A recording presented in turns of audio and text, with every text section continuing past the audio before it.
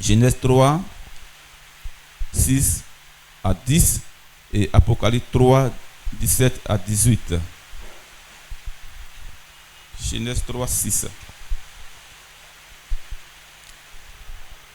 Je lis la parole du Seigneur. La femme vit que l'arbre était bon à manger et agréable à la vue, et qu'il était précieux pour ouvrir l'intelligence. Elle prit de son fruit et en mangea. Elle en donna aussi à son mari qui était auprès d'elle, et il en mangea. Verset 7. Les yeux de l'un et de l'autre s'ouvrirent. Il connut qu'ils étaient nus, et ayant connu des feuilles de figuier, il s'enfit des ceintures. Verset 8.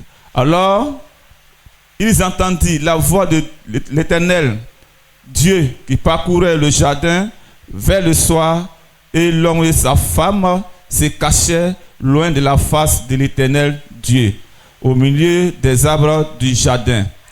Mais l'Éternel appela l'homme et lui dit: Où es-tu? Il répondit: J'ai entendu ta voix dans le jardin, et j'ai eu peur parce que je suis nu et je me suis caché. Apocalypse 3, 17 à 18. Verset 17 de l'Apocalypse 3. Parce que tu dis: Je suis riche, je me suis enrichi, je n'ai besoin de rien. Et parce que tu ne sais pas que tu es malheureux, misérable, pauvre, aveugle et nu. Je te conseille d'acheter de moi de l'or éprouvé par le feu, afin que tu deviennes riche, et des vêtements blancs, afin que tu sois vêtu, et que la honte de ta nudité ne paraisse pas, et un collier pour oindre tes yeux, afin que tu voies. Dieu bien-aimé, je ne suis rien d'où le Seigneur. J'ai pris ce soir que tu te souviens de moi. Tu te souviens de ton peuple. Comme l'a dit le prophète, l'homme pense toujours que Dieu est absent. C'est pour cela qu'il s'en va pécher de gauche à droite. Pourtant Dieu est là, Dieu le voit. Oh Seigneur mon Dieu, nous pensons toujours que tu n'es pas là, Seigneur. On se cache de nos épouses, Seigneur, de l'église, mon Dieu, de nos frères et sœurs, Père. Voilà comment des heureux, Seigneur. Mais ce soir, nous sommes venus à toi, Seigneur, pour nous faire grâce, mon Dieu. Lave nos vies ce soir, sanctifie nos lèvres ce soir. Viens et prends le contrôle, touche au Seigneur. Bénis ce moment, Seigneur. Nous te le confions au nom de Jésus-Christ. Amen. Amen. Si vos mains sont libres, on peut acclamer le Seigneur très très fort. Alléluia. Alléluia. D'accord, ce soir, vous m'accordez un peu de temps. Ma santé n'est pas trop ça dans mon corps, mais l'âme est bel et bien vivant à moi. Et si vous m'accordez, on voudrait parler ce soir sur le thème la nudité du croyant. La nudité du croyant. Avant de rentrer profondément dans le thème ou dans mon sujet, laissez-moi vous dire, le croyant a trois grands ennemis. Trois grands ennemis. C'est vrai, il y en a plusieurs, mais le croyant qui marche avec le Seigneur a trois grands ennemis. Les trois grands ennemis de l'ennemi, il y a le monde, le désir et la chair. Le monde, c'est ce que nous voyons. Le monde, c'est le système, c'est la mentalité dans laquelle nous vivons. Donc, deuxième, c'est le désir, la chair. Je veux être comme lui. Je veux faire comme lui. Je veux faire mes modèles comme lui. Ça, c'est le deuxième ennemi du croyant. Faire comme les autres et non ce que Dieu dit. Le troisième, c'est le diable, le maître de ce monde. Je vais m'arrêter là. Je voudrais insister ce soir un peu sur le comportement de nos enfants. Frère, tu vas nous donner 2 Jean 1, 4. 2 Jean 1, 4. 2 Jean 1, 4. J'ai été fort réjoui de trouver de tes enfants qui marchent dans la vérité selon le commandement que nous avons reçu de nos pères. Vraiment, je remercie à toutes nos sœurs que chaque dimanche, ils réunissent nos tout petits enfants pour les enseigner. C'est très important. Ça me va droit au cœur. Parce qu'à chaque fois à la maison, il y a la question qu'on vient me poser. Après l'école le dimanche. Papa, ça là, ça veut dire quoi? Papa, nous ont dit ça, ça veut dire quoi? Ça veut dire quoi? Quand j'entends ça, je dis bien, c'est très bien. Ça veut dire que ça rentre. Ça veut dire que ça rentre. Et nous devons vous encourager. Vraiment que Dieu vous bénisse richement. Amen. Vous voyez, il y a 3 types de pères. Comme j'ai dit, j'ai insisté sur les enfants avant d'aller en avant. Il y a 3 types de pères. Le premier, le père autoritaire. Le père autoritaire, c'est ce qui a commencé au temps colonial, jusqu'en l'an 2000.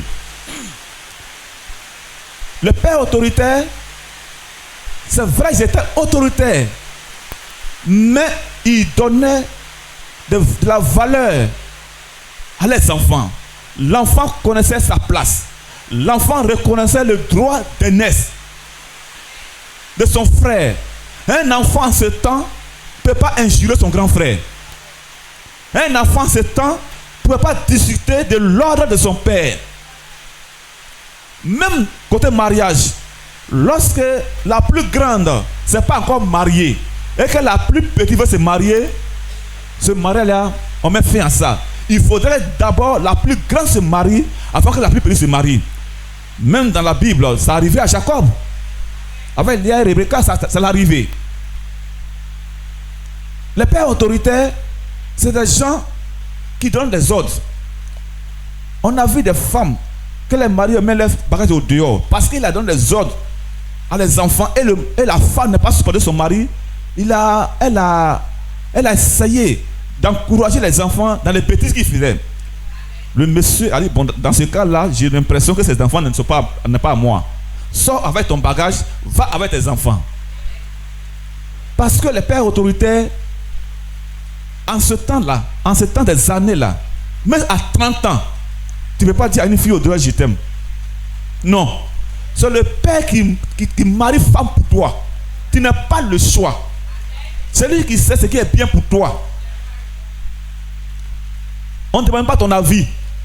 Un matin, on te dit, bon, tu vois la famille qui est là-bas, là, va faire commencer à travailler pour eux. Tu prends les gens, on va travailler dans les champs. Parce que le vieux a déjà dit, votre fille là, c'est pour mon fils. Il a déjà fait d'autres, il a déjà tout fait. À ton insu, tu ne sais rien. Un matin, quand tout est fini, va, prends, c'est ta femme, allez-y. Tu l'aimes où?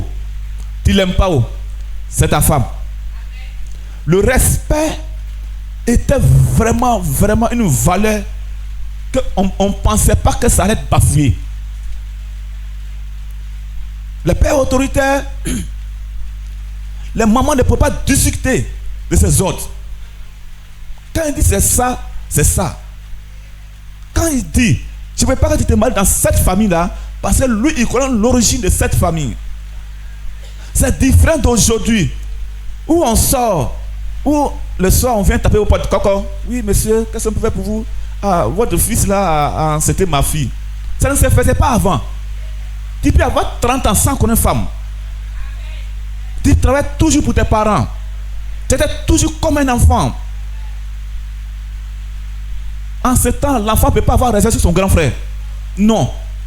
La femme ne peut pas avoir raison sur son mari. Non. Ça, c'était les pères autoritaires. Et le respect, chacun connaissait sa place. C'est ça. En ce temps-là, tu peux frapper mon enfant parce qu'il a fait du mal au dehors. Et tu l'attrapes par sa main, tu viens. Tu as vu ton enfant? Voilà ce qu'il a fait. Je l'ai frappé. Et puis le vieux, tu as bien fait. Mon enfant, c'est ton enfant. Il faut le corriger.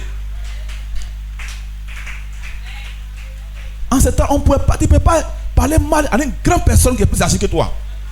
Parce que c'est ce qu'on te dit. Quand ta maman te dit, hey, si ton père attend ça, toi-même tu commences à pisser il y a même temps. Parce que tu connais ton sort. En ce moment, on se respectait, on marchait correctement, sans violence, sans insulter une grande personne. Ça, c'était les pères autoritaires.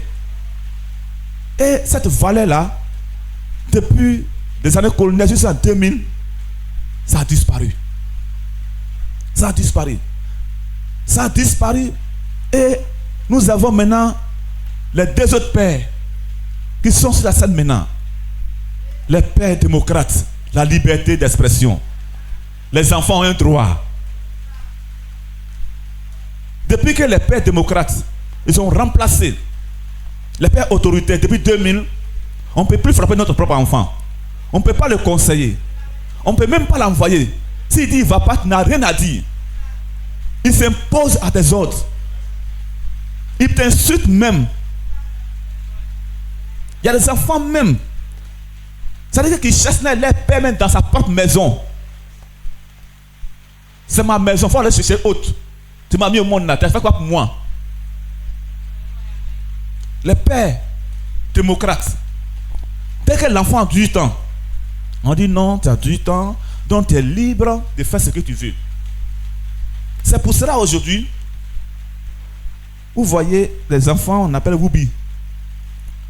Les PD, les lélés que vous voyez, ça vient des pères démocrates. Parce que le père n'a plus d'autorité sur sa propre maison. Ni la mère. On dit, papa, j'ai 18 ans. Donc, là, laisse ma vie, vis ma vie comme je veux.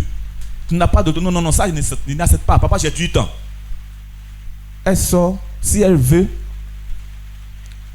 S'il veut, il peut devenir femme. Oui, il peut devenir femme. Et puis le père n'a rien à dire. Il dit non, c'est sa vie, il est majeur. Il prend une décision seul, donc ça, je ne peux rien dire dedans. Parce que c'est la démocratie, chacun est libre de faire ce qu'il veut. C'est dans cette société que nous vivons aujourd'hui. C'est pour cela que je remercie les sœurs qui changent d'image de nos enfants dans l'école de demain pour les enseigner. Parce qu'ils doivent grandir avec quelque chose de bon dans leur tête. Aujourd'hui, il y a la télévision qui enseigne nos enfants. Il y a le téléphone portable, l'esprit de groupe. Vous savez comment les enfants entrent dans faire comment on appelle Woubi, ou comment ça commence? Il peut arriver que ton enfant à l'école. Il va à l'école, un moment, il dit je ne vais plus à l'école. Il est là, il fait rien, il est assis, c'est son droit. Si je veux, il m'en va, si je veux, pas papa, c'est ma vie. Il n'a rien. Et il tombe dans faire des femmes et garçons au dehors. Si tu as la chance, il va commencer à voler dans la maison. Parce qu'il a besoin d'argent. Pour aller au dehors, pour aller boire dans les maquis. Et quand il n'a rien, il a ses amis qui vont l'inviter. Ils vont l'inviter un jour, 2 jours. Et parmi ces amis-là, il y a un qui va tomber amoureux de lui. Et qu'est-ce qu'il fait? Il va commencer à lui blaguer avec l'argent. Mon bon petit, tiens 1000 francs. Voyez mon numéro, si tu as un souci, il faut m'appeler. Tu es mon bon petit. De temps en temps, il lui fait les dépôts. Il lui fait les dépôts. Au fur et à mesure, il rapproche le petit de lui. Il tire sa confiance. Pour finir maintenant, l'enfant se promène avec lui. Il m'a dit chez mon vieux père. Il m'a dit chez mon vieux père. Le vieux père dort au Pougon. Il m'a dit mon petit, le samedi prochain, on va partir à Makori. Il y a un grand show là-bas. Alors tiens 50 000 francs, on va te saper. Il s'en va, il paye les choses. Il se sape. Il ne sait pas ce qu'il attend. Il monte, il s'en va à Makori. Ils vont où? Ils vont dans les maquis. Ils vont boire. Lui, il ne boit pas en tant que tel. Mais il va faire des tests que l'enfant, il va boire, jusqu'à se saouler. Et quand il n'a plus le temps, en ce moment-là, soit il a déjà réservé la chambre d'hôtel, ou même maison meublée. Il va te prendre pour partir là-bas. Toi, tu penses que tu es chez toi à la maison. Tu ne vois rien, tu dors. D'ici matin, tu es déjà gâté. Ton cuir est déjà gâté. Et quand tu veux parler, ils disent 500 000 francs, tu vas à la pharmacie là. On appelle médicaments comme ça, pour payer. Voilà, c'est antibiotique, ça fait rien. Tiens, si tu as besoin, il faut venir encore. On ne peut pas parler de elle. Il a déjà fait. Il te donne 500 000 francs. Tu vois même ton fils commence à marcher comme ça à la maison. Comment? Son cuir est sorti. Il ne va pas s'arrêter là. Quand 500 000 francs ont fini, il va appeler encore. Au final, il devient la copine du monsieur. C'est comme ça que ça démarre. Et ça commence toujours à l'école. J'ai dit à mes enfants, si vous partez à l'école, quelqu'un vient taper vos fesses, venez me dire. Je vais rentrer à l'école là-bas, venez me dire ça. Il ne faudrait pas que vous partez à l'école, vous tapez vos fesses. Ceux qui font ça là, c'est la vobie. Même les soeurs. Ma copine. Il commence à ma copine, non. Il faut les gifler. De temps ça, il va t'embrasser sans te rendre compte. Ils ont l'argent. Ceux qui font ça, ils ont l'argent. On met l'argent dans les mains. Les vies est déjà gâtée. Les vies est déjà gâtée. Et ça, c'est le système dans le monde où nous vivons. Aujourd'hui, les gens vont à l'église. Ils ne viennent pas avec les enfants. Ils n'ont pas la main sur les enfants. Parce que dans la maison même, maman même, elle porte caleçon marche long. Sa fille même porte ce qui est coupé. Papa même dit rien. Parce que c'est la liberté. Chacun est libre de faire ce qu'il veut. Mais quand il parle de Dieu, non. La vie est devant nous. On s'en fout de Dieu. Ils vont boire, aller jouer dans les maquis. Ils sont nus. Vous savez, le monde, quand vous me voyez ce soir, je dis ça paye. Quel que soit le garçon, il ne va pas porter le caleçon pour aller se promener. Dans un pantalon guine, je suis, voilà, bien, voilà, chemise. Lui, il va se faire choco, voilà, pour être aimé par les jeunes filles. Mais la fille, au contraire, le monde va la déshabiller au point de porter maintenant les caleçons pour sortir, pour mettre son corps en récréation. Mettre son corps en live. Vous vous souvenez, une fille n'a qu'à s'arrêter quelque part pour faire selfie et puis elle est déshabillée. Elle est dans le caleçon et puis elle a porté soutien les nuits et puis elle fait selfie. Elle a commencé à parler des trucs et puis elle balance. De 8h à 20h, elle va avoir au moins 100 000 abonnés. Mais celle qui est bien habillée, elle va faire la même chose. Si c'est trop, cette 5 personnes j'aime, c'est fini. Parce qu'elle ne s'est pas déshabillée. Elle n'est pas dans la mode. Mais celle qui s'est déshabillée, elle est dans la mode. Parce que le diable a besoin de leur corps pour faire sa publicité. Et chaque jour, dans leur téléphone portable, à la télévision, ils ont des modèles qui vont, c'est-à-dire qu'ils vont marier ça, qui vont emprunter ça. Modèle, là, il faut que j'ai fait ça. Modèle, là, il faut que j'ai fait ça. Elle va avoir un petit tissu. Gros tissu comme ça, et le derrière même, il ne permet plus de tissu. C'est des petits pantalons, petites choses. Pas ta portée. Petit. Et puis ça ne dit rien. Papa ne peut rien dire, maman ne peut rien dire. Parce que c'est la démocratie. Frère, soignons les pères autoritaires. Nous sommes des chrétiens. Donnons de bonnes éducations, c'est-à-dire des bons conseils. Soyons durs sur nos enfants. Parce que la société est pourrie. Le monde est pourri. L'école même est pourrie. Nous étions dans nos cours là passés. On nous dit que non, les élèves départementaux, ils ont frappé les professeurs. Là, ils ont bien chicoté. Mais ça veut dire quoi? Celui qui est veillé vient te donner son savoir. Parce que tu dors, on vient te réveiller un petit message. Et c'est un groupe qui l'ont chicoté normalement. Parce que les professeurs, ils sont un peu petits maintenant. Oui, mais toi, ça fait 2 ans que tu as déposé kaki là. C'est toi qui as venu me donner les commandements. Et puis ils l'ont chicoté. Ça ne leur dit rien. Le monde va mal. Le monde va mal. Nous qui avons eu la chance, la grâce de quitter ce monde. Dieu a dit, nous sommes dans ce monde, mais le monde ne nous appartient pas. Ça veut dire quoi? Tu loues une maison aussi longtemps, peu importe la durée, peu importe l'année que tu as passé dans cette maison, ne t'appartient pas. Un jour, tu vas quitter là, tu vas aller. Non, c'est comme ça ce monde-là.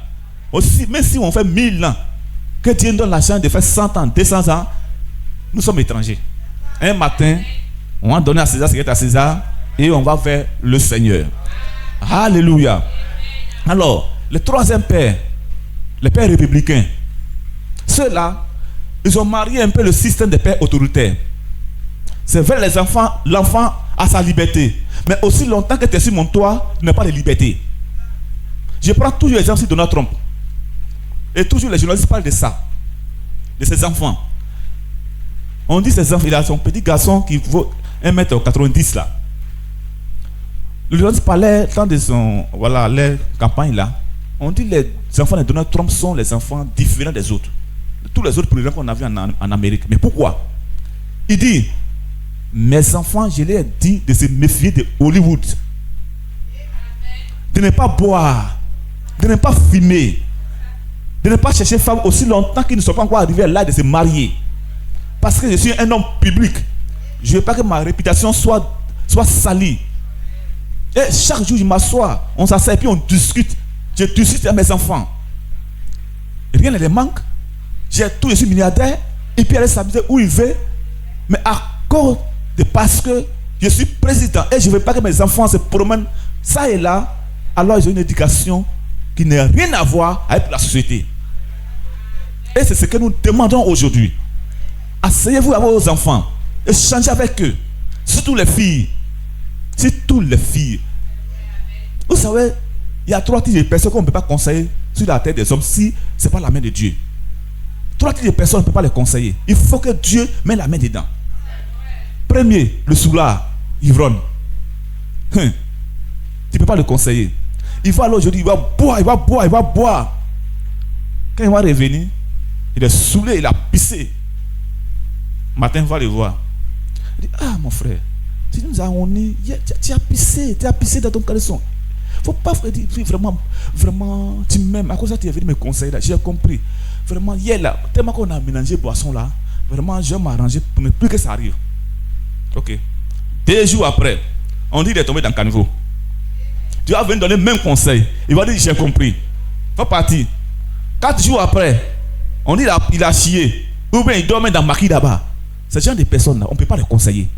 Il faut prier pour que Dieu lui-même les assiste.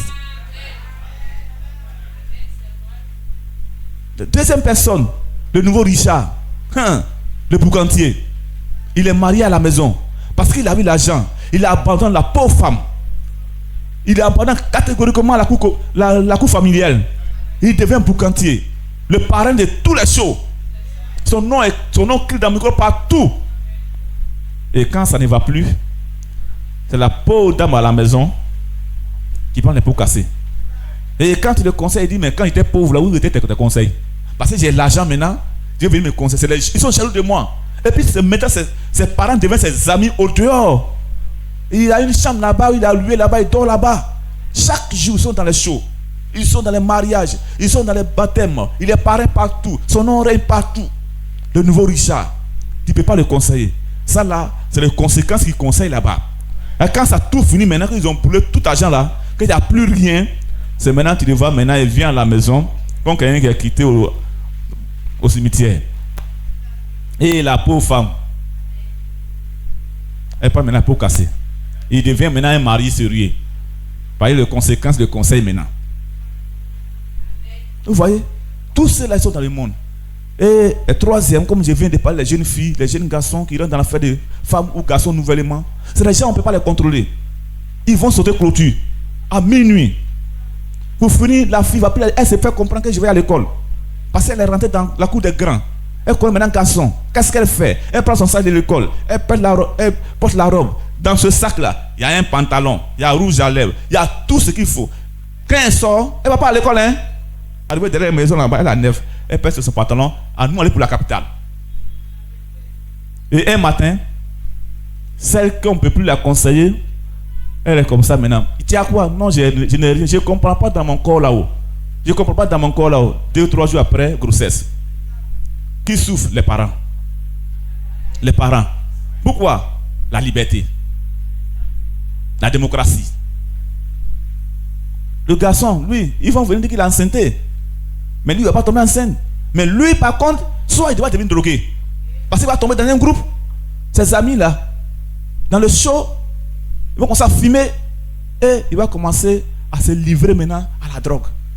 Soit il devient un voleur. Un matin, on dit notre enfant vole. Parce que c'est la liberté. Parce qu'ils ont dit on ne peut plus les frapper. Ils vont te convoquer à la justice. Non, c'est l'enfant de l'État. L'État. Il y a un vieux, ils l'ont convoqué à cause de son fils. La justice l'a convoqué. Il n'a rien dit. Et ils lui ont donné 6 mois. Parce qu'il a frappé. Il a frappé l'enfant. Et il dit, monsieur le président, j'ai compris, je vais en prison. Mais quand je vais sortir, son extrait, son bagage, comme c'est l'enfant de l'État, son extrait, son bagage, je vais prendre ça, je vais venir déposer à la justice. Là, l'État va vraiment s'occuper de lui.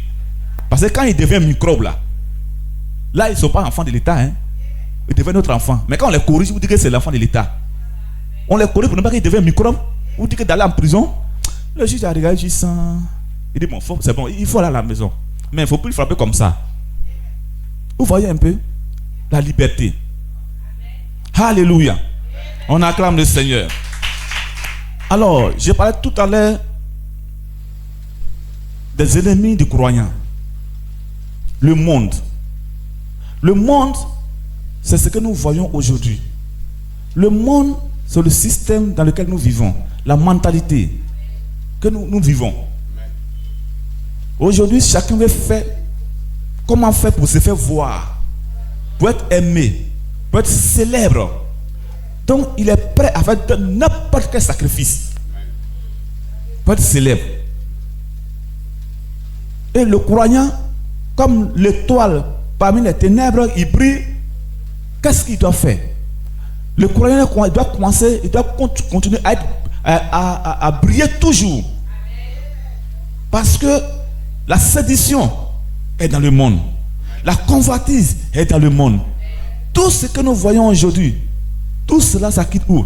Dans le monde. Et le diable, qui est le patron, lui, son rôle, c'est pour tirer. Il a déjà le monde dans sa main. Mais vous, qui êtes à l'église, vous qui êtes chrétiens, son souci aujourd'hui, c'est vous. Comment faire pour que vous abandonnez votre foi, pour faire comme eux. Pour faire comme eux. Non, aujourd'hui, voilà, Dieu c'est le cœur. Donc on peut vraiment, voilà, on peut faire comme eux. Parce que ceux-là, dans l'église là-bas, voilà, ils font les ballets. Dans l'église là-bas, ils invitent des artistes. Voilà, même les couples décalés viennent chanter et ça évangélise. Ça, c'est la séduction. Lorsqu'une église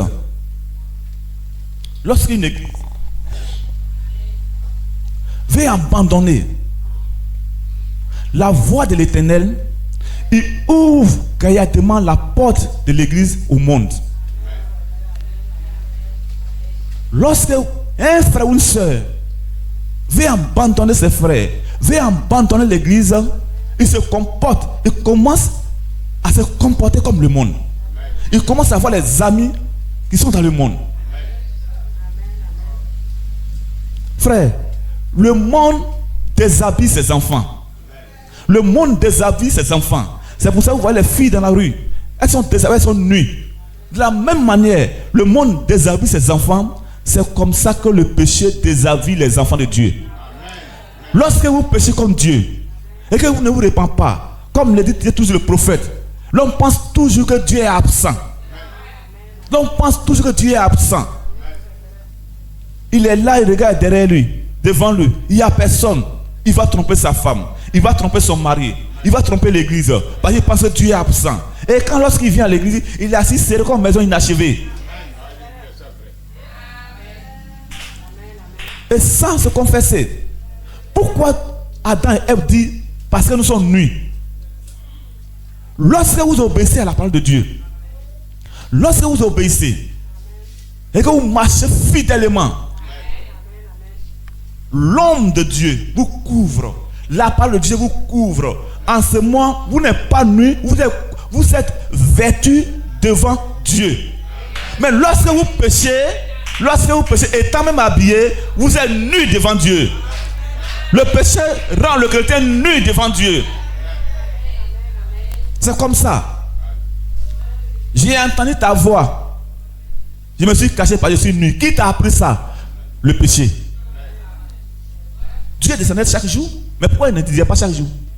Mais le jour qui s'est laissé aller, qui voulait faire comme les autres, qui a entendu une autre voix, une autre prédication, la belle prédication de la théologie, qui disait, c'est la démocratie, nous sommes libres, il n'y a rien, faites, Dieu est amour. En ce moment-là, il s'est trompé largement et il a suivi la voie de la popularité. Et quand vous suivez la voie de la popularité et que vous péchez contre Dieu, alors vous devenez nu devant Dieu. C'est le péché qui déshabille le chrétien. Et lorsque le péché vous déshabille, au fur et à mesure que vous ne vous confessez pas, vous commencez à vous éloigner de l'église. Un peu. Le frère qui vient les soirs, il ne vient plus. Un peu. Pour finir maintenant, il vient de temps en temps. Les dimanches, même ça devient rare. On dit appeler le frère, le chrétien Wotro. On va commencer à le pousser. On va commencer à prier pour lui. Oh là là, on acclame le Seigneur. Alléluia. Frère, ce n'est pas nos habillements jolis qui peuvent impressionner Dieu. Non. Notre veste qui brille comme de l'or, ce n'est pas ça qui impressionne Dieu. Dieu va t'impressionner par notre obéissance à sa parole. C'est ce qu'il demande. Si c'est habillement, le monde s'habille. Oui. Si c'est habillement là, ils ont habillement. Ils ont des vestes. Regardez un peu chez les Arabes. Tout brille là-bas comme de l'or. À Dubaï là, regardez un peu sur la télévision. Tout brille comme de l'or. Les gens pensent qu'on peut impressionner Dieu avec notre habillement, notre soulier de pointilline, notre coiffure, notre teint joli, notre joli langage, ou bien un joli cantique. Tout ça c'est très bien.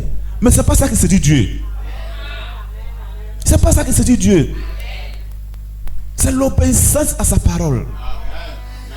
C'est l'obéissance. Aujourd'hui, à cause de l'argent, l'église aujourd'hui a abandonné la voie de Dieu.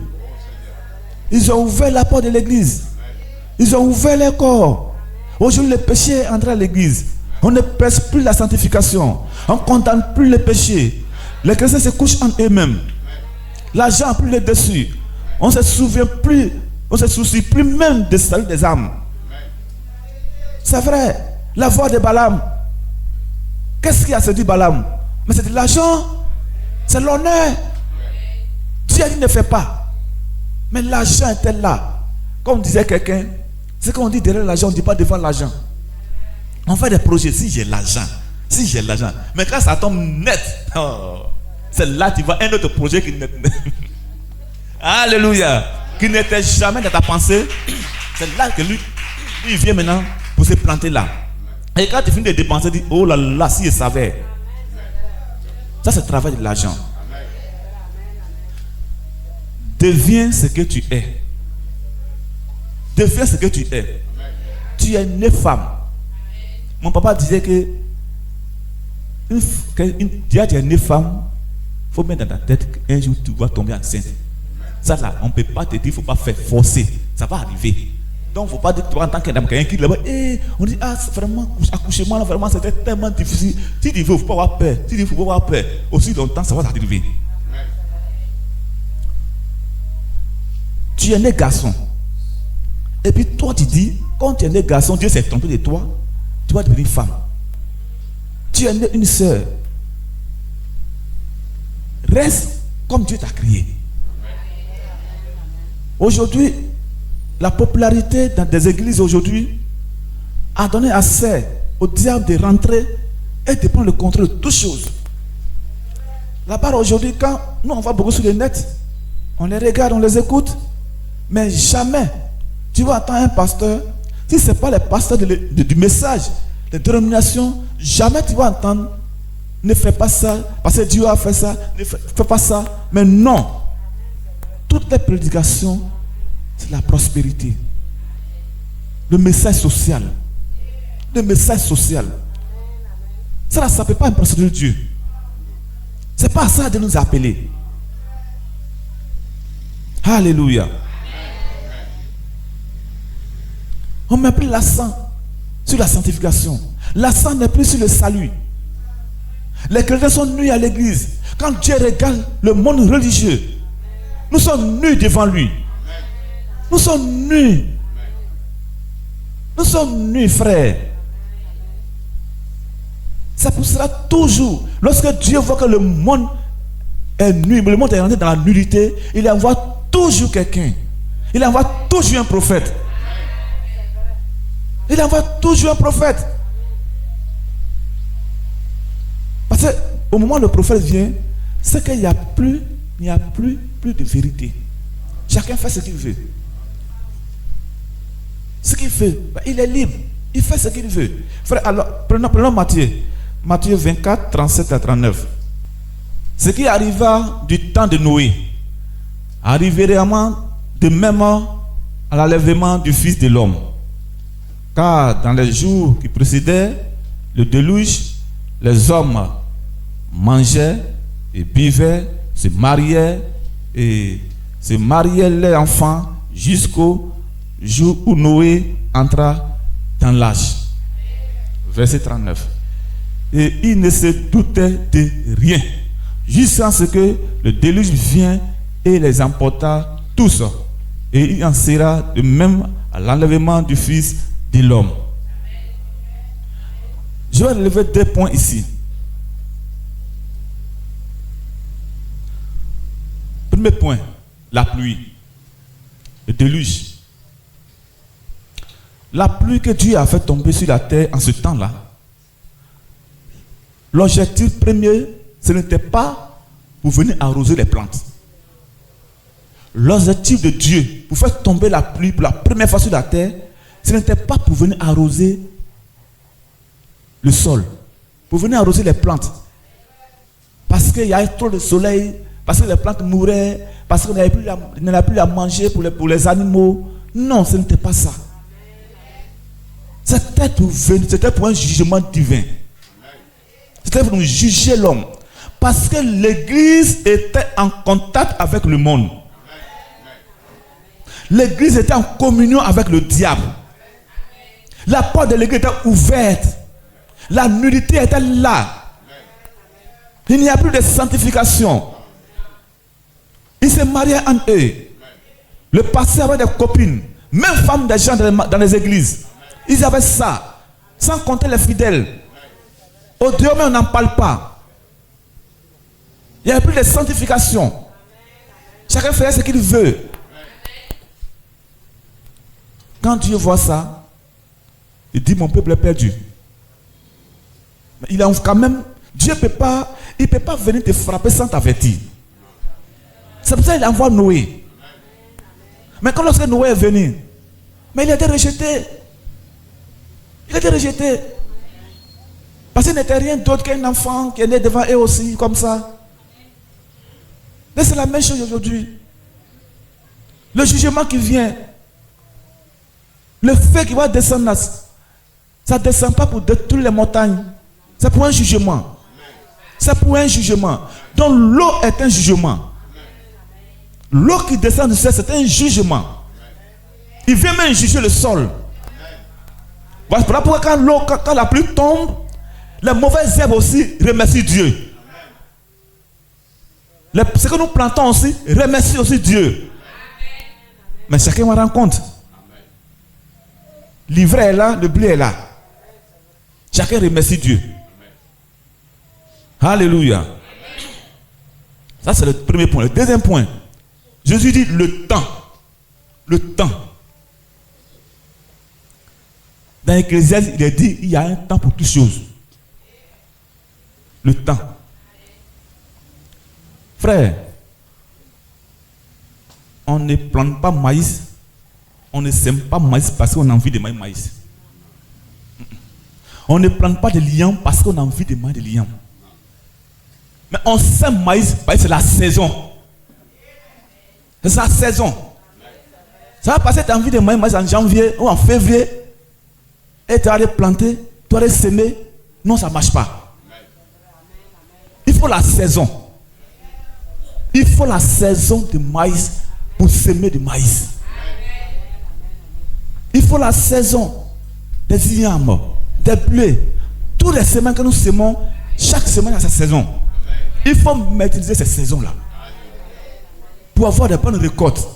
Et si vous ne maîtrisez pas les saisons, vous allez planter en vain. Vous allez planter en vain. Et les chrétiens d'aujourd'hui ne maîtrisent pas le temps. Ils n'ont pas la saison. Ils ne savent pas dans quelle saison nous sommes. Ils ne savent pas dans quel âge nous sommes. Ils ne font que partir à l'église seulement. Louer Dieu seulement. Mais ils ne savent pas dans quel âge nous sommes. Frère, nous sommes dans l'âge de la parole parlée. C'est ça, la saison de la parole parlée. Mais ils ne savent pas. Pourquoi il faut louer seulement? Pourquoi il faut s'aimer seulement? Que ce soit la saison, ce n'est pas la saison, il faut s'aimer seulement. Mais non! Il faut demander à l'auteur de la vie. Demande à Dieu. Si nous sommes à Laodicée, mais quelle est la promesse de Laodicée? La saison. Il faut connaître le message, l'âge, le messager et son message. C'est là la saison. C'est à ce moment-là qu'il faut s'aimer. C'est à ce moment-là qu'il faut s'aimer. Je sais que vous s'aimez à la bonne saison. C'est ça. C'est que nous s'aimons maintenant là. Nous allons récolter demain. Parce que nous on connaît la saison. On a la saison. On maîtrise le temps. Mais eux, c'est l'école de théologie qui est la saison. C'est pour ça que vous les voyez. La liberté est là-bas, la démocratie. La femme peut prêcher. On peut porter patron dans l'église. On peut se maquiller. On peut faire ce qu'on veut. L'essentiel, l'église n'est qu'un nombreux. On n'a qu'à faire une grande église. Parce qu'ils ne maîtrisent pas la saison. Alléluia. D'accord, nous allons lire les prophètes pour terminer. L'esprit séducteur. Prêché le 24 septembre 55. Paragraphe 54, 56 et 70. L'esprit séducteur. Prêché le 24 septembre 55. Paragraphe 54, 56 et 70. Vous savez, avant de lire, Élie le Tishbite était celui qui était le chat d'Israël. En ce temps-là, pour être dans la volonté de Dieu, il faut être au peuple du chat d'Israël. Et aujourd'hui, chez nous les nations, William Branham est le chat des nations. Il est le chat des nations. Il est celui qui connaît le chemin. Sans lui, non, c'est impossible. Le chat des nations, c'est William Marion Branham. Acclamez, c'est ça. C'est ça. C'est la vérité. Il n'est plus là-bas. Et ils attendent l'arrivée de Moïse après. Les gens aujourd'hui payent des millions pour aller sur la terre de Galilée. Ils sont touristes religieux. C'est des touristes religieux. J'étais avec le frère Daniel, on était à l'évangélisation là, passé avec les frères. J'ai parlé à cette dame. J'ai dit, madame, je ne suis pas venu t'inviter pour venir dans mon église. Tu as déjà une église. C'est très bien. Mais je suis venu t'inviter à la parole. Amen. Tu es à l'église, mais tu n'es pas la parole. Tu es à l'église, c'est très bien, mais tu n'es pas la parole. Et ce matin, moi je t'envoie la parole. Je te donne la parole. Tu es un pasteur, tu es un bishop, tu es un évangéliste, ou je ne sais qui. Mais tu n'es pas la parole. Comme le dit le président américain, tu n'es pas la carte. C'est nous on a la carte. Nous on est dans la saison. Viens. Cherche d'abord la parole. Quand tu vas trouver la parole, tu trouveras l'église qui prêche cette parole-là. Amen. Paragraphe 54. Et c'est là qu'en est le monde aujourd'hui. C'est là qu'en est l'Amérique aujourd'hui. C'est là qu'en sont l'église aujourd'hui. On a construit des églises parmi les meilleures qui n'aient jamais été construites. On a eu des érudites parmi les plus raffinés qu'on n'ait jamais eu. On a enseigné une théologie parmi les meilleures. une théologie parmi les meilleures, et on a appris à chanter comme les anges, mais il y a quand même une faiblesse quelque part. Il y a une faiblesse parce qu'ils sont allés après la doctrine des hommes et les esprits séducteurs. Au lieu de revenir à la parole de Dieu, ils essaient de suivre le modèle des choses du monde. Ils ont essayé de mettre des lumières brillantes sur les choses comme Hollywood. 56. Le prophète dit: je préférais adorer dans une mission où on aurait fait le ménage, ou dans un bar, et avoir la liberté du Saint-Esprit et l'amour de Dieu qui brûle dans le cœur, plutôt d'être assis dans la plus grande cathédrale du monde et être pris dans les cancans, dans les doctrines d'hommes et des dogmes. Ce dont nous avons besoin aujourd'hui, c'est d'un réveil qui secoue, de revenir à la parole de Dieu de nouveau. 70. Maintenant, aujourd'hui, tant de gens écoutent l'école de dimanche. J'aime ça. Le prophète dit, il aime ça. L'école de dimanche, c'est très important. Pour nos enfants, pour tout le monde, c'est très important. C'est ce qui a raté les enfants d'Israël en Égypte. Il n'y avait pas l'école de dimanche. Ils étaient dans la servitude. Il n'y a pas fait d'adorer Dieu. Donc c'est le même esprit qui est sorti et ça. Donc dans le désert, ils ne pouvaient pas comprendre la langue de Dieu. Ils ne pouvaient pas comprendre. Donc ces enfants qui sont nés là-bas, c'est eux-là qui ont commencé maintenant la vraie adoration. Et donc nos sœurs vont être encouragées par le prophète. On acclame le Seigneur. Amen. Dans le corps de dimanche, là j'aime ça. Regardez, tant de gens écoutent les esprits séducteurs au lieu de prendre la parole de Dieu. Des esprits, ils sont dans le monde, ce sont des démons. Et ils s'introduisent parmi des hommes, des ministres, s'introduisent parmi des membres des églises. Ils s'introduisent parmi les braves gens et entraînent dans les illusions et disent des choses et font des choses et enseignent des choses et pratiquent des choses qui sont contraires à la parole de Dieu. Aujourd'hui, les ministres et les assemblées permettent à leurs fidèles de jouer aux cartes, aux jeux d'argent dans les églises, où cela n'est pas seulement les catholiques, mais il y a beaucoup de protestants qui font ça aussi. Amen. Ce que nous reprochons aux catholiques, c'est rentrer chez nous. C'est rentrer chez nous. Frère, le prophète a tout dit. Les esprits séducteurs. Aujourd'hui, nous sommes séduits par la télévision, par le monde, par tout ce qui se passe dans le monde. On veut faire comme eux. Non, deviens ce que tu es. Nous sommes du message. Restons dans le message.